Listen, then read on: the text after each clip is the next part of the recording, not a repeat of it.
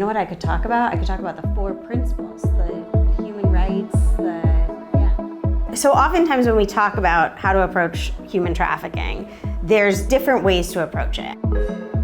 There's the criminal justice approach, where we look at how do we address the bad people that are doing this. And usually that's through arrest, incarcerations, fines, penalties.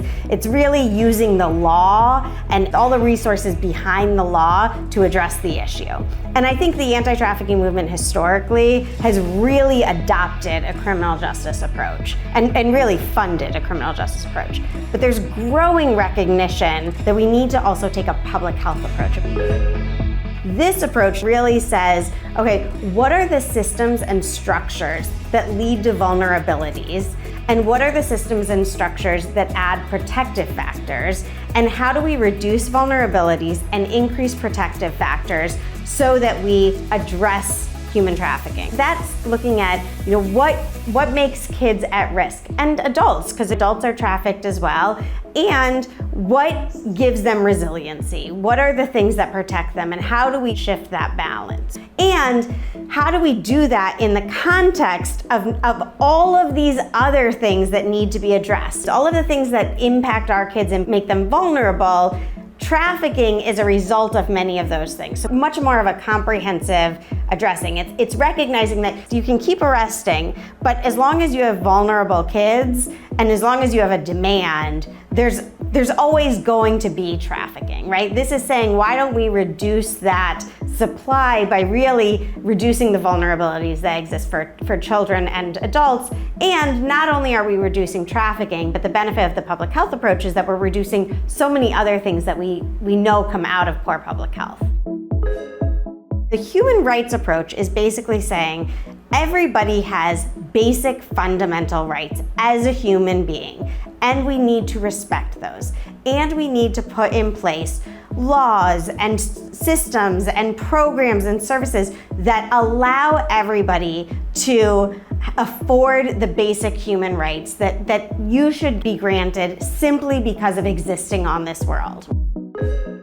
The moral approach takes more of there's a right way to live your life, and there is also a wrong way to live your life. And we need to do everything we can to encourage and promote people to live their lives this right way. Typically, the moral approach has religious components to it, and sometimes those religious components are in harmony with each other, and sometimes they're different based on the religion. But it really is a moralistic vantage point that there is a certain way people should live their lives. But it is on us to make sure that we create laws, that we create programs, that we create services that helps everybody to live that way of being. So it's not a punitive approach, it's just saying we need to create all of these things to help people because there is a right way that we want people to live their lives. Too often, in my opinion, what we have is we have people who camp out in these different perspectives, and they don't realize it's not an all or nothing. It's not you take a criminal justice approach and that's the only approach. You take a public health approach and that's the only approach. Oftentimes, what we need is some sort of combination of them, and they all have their role and their place. And so at Love146, for example, our services and our approach tends to balance human rights as well as public health. That tends to be what the lane that Love146 goes in terms of our work. But we work very closely with partners who do take a criminal justice approach. We do work with people who work in law enforcement and in the prosecutor's office.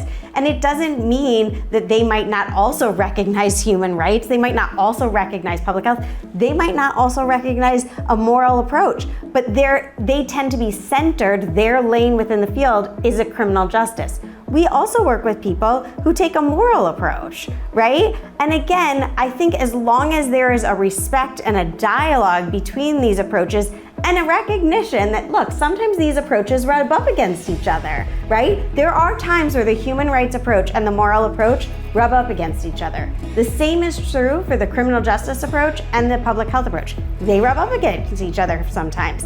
But I don't think the answer is to run to your camp and then point fingers and argue. I think the answer is to come together and actually talk about those places where they rub up against each other and say, fundamentally, we're all trying for the same thing. So how do we address this rub so that we can cohesively come together to push the field forward?